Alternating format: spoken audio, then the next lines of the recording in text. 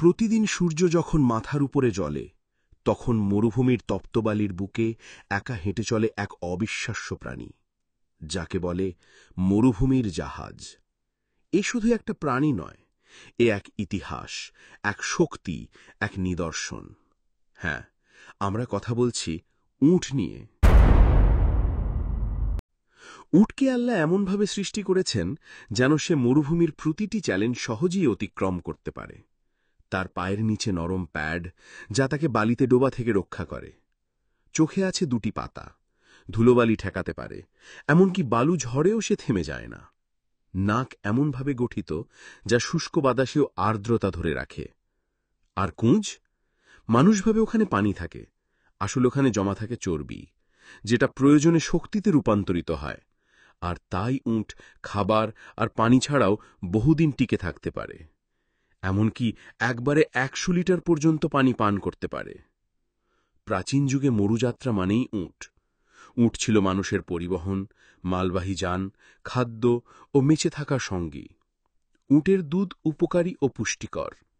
প্রতিদিন এক একটা উট 5 থেকে 7 লিটার পর্যন্ত দুধ দিতে পারে। দুধে থাকে ভিটামিন সি, যা গরম আবহাওয়ায় শরীর ঠান্ডা রাখতে সহায়ক।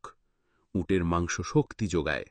চামড়া থেকে তৈরি হয় শক্ত জিনিস, এমনকি ওদের পশম থেকেও বানানো হয় কাপড়।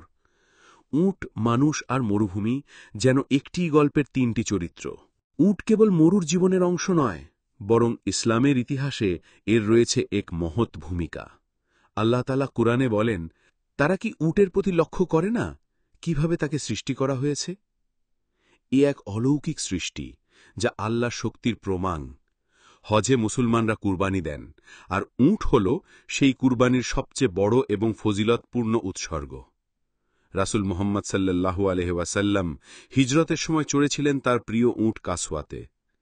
ইসলামের যুদ্ধে, শান্তিতে, হিজরতে উট ছিল বিশ্বস্ত সহচর। উট শুধু বাহন নয়, এটি এক ইবাদতের মাধ্যম। আজকের দুনিয়াতে উট হারিয়ে যায়নি। মধ্যপ্রাচ্যে উট দৌড় বিলিয়ন ডলারের খেলা। অস্ট্রেলিয়ার বনে লাখ লাখ বন্য উট বেঁচে আছে। বিজ্ঞানীরা উটের রক্ত ও দুধ নিয়ে গবেষণা করছেন, ডায়াবেটিস ও অটো ইমিউন রোগের ওষুধ তৈরিতে।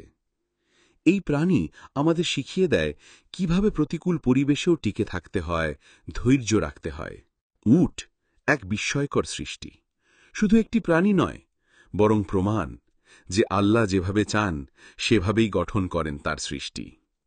পরের বার যখন তুমি উট দেখবে, মনে রেখো, এটি সেই জীব যাকে আল্লাহ বলেছিলেন, তাকে দেখো কিভাবে সৃষ্টি করেছি। এ শুধু মরুভূমির বাহন নয়, এ এক জীবন্ত নিদর্শন।